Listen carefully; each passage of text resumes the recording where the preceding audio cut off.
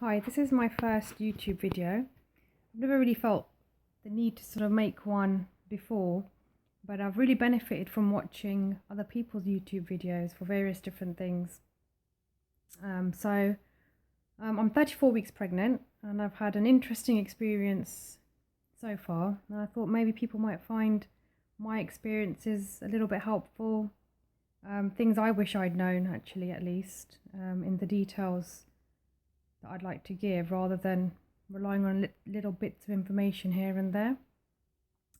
The biggest thing I realised about being pregnant is just how much of a business being pregnant is, whether it's for yourself in terms of how much is involved just to get through those 8 months. Sorry, I've got a lot of acidity at the moment, so you might see me make funny face movements. It's me trying to hide the fact that, well, I'm burping basically. Anyway, ignore that.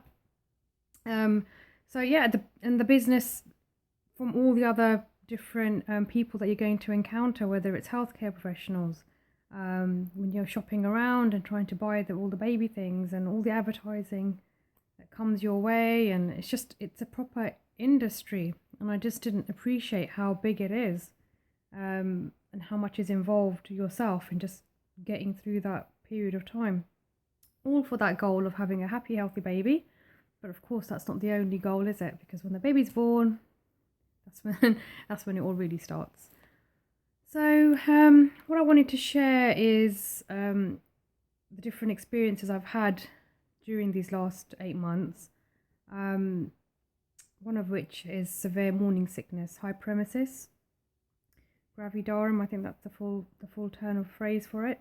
But before that, actually, I want to quickly mention how surprising I found it that when you go to the doctor's surgery here in England, they don't test to confirm you're pregnant. So I went in, told them I was pregnant, and the doctor just started the ball rolling with midwife's appointments, etc. And you don't actually get confirmed. It doesn't get confirmed until you go to your first antenatal appointment, which was weeks after. So I was really surprised about that, thinking that if you had mistakenly thought you were pregnant, ended up all those weeks later at a midwife appointment, antenatal appointment, what a waste of NHS money. I'd rather they just did a simple test in the surgery.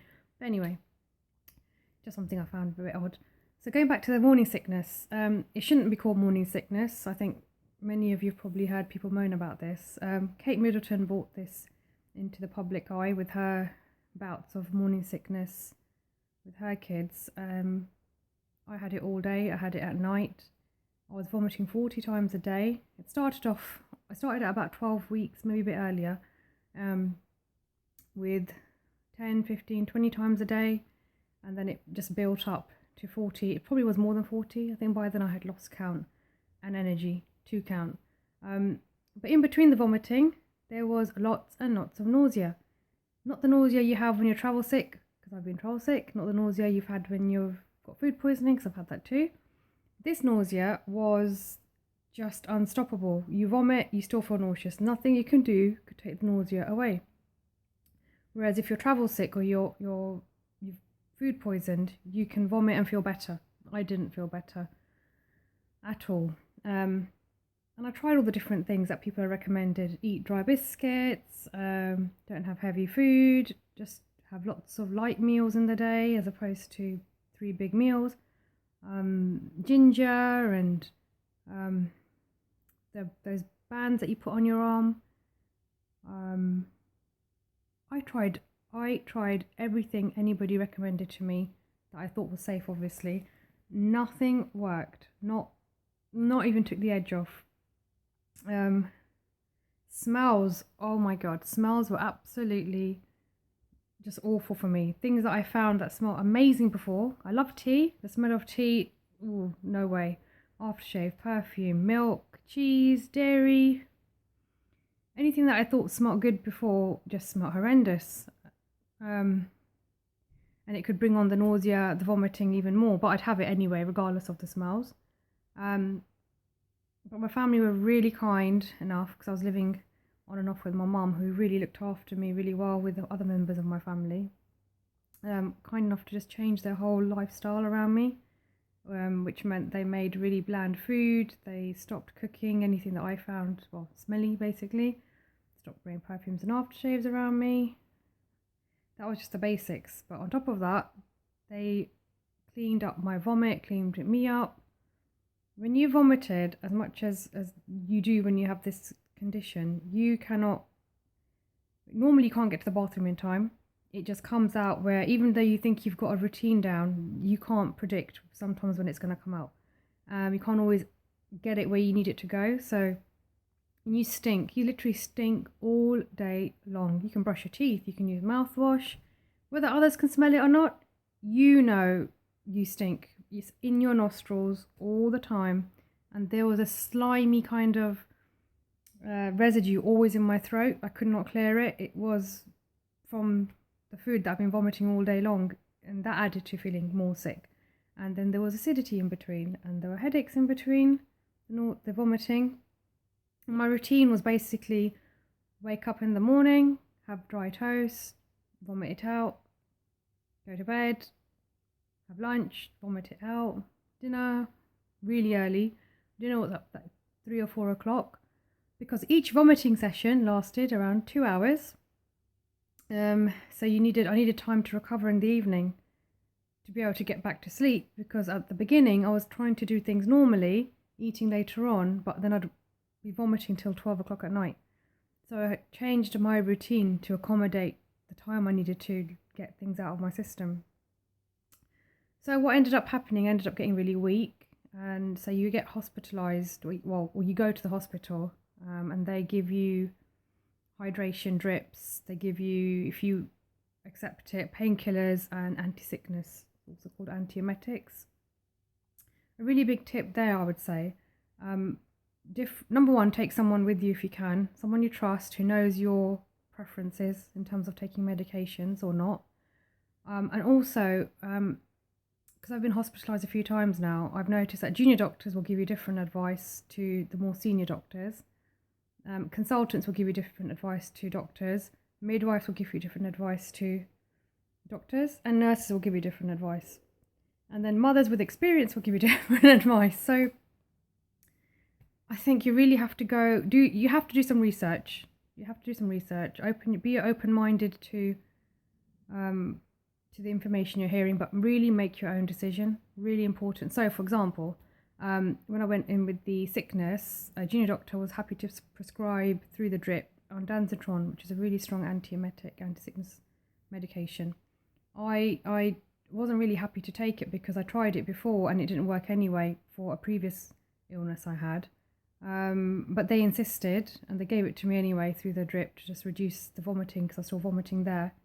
But I never let them do that again.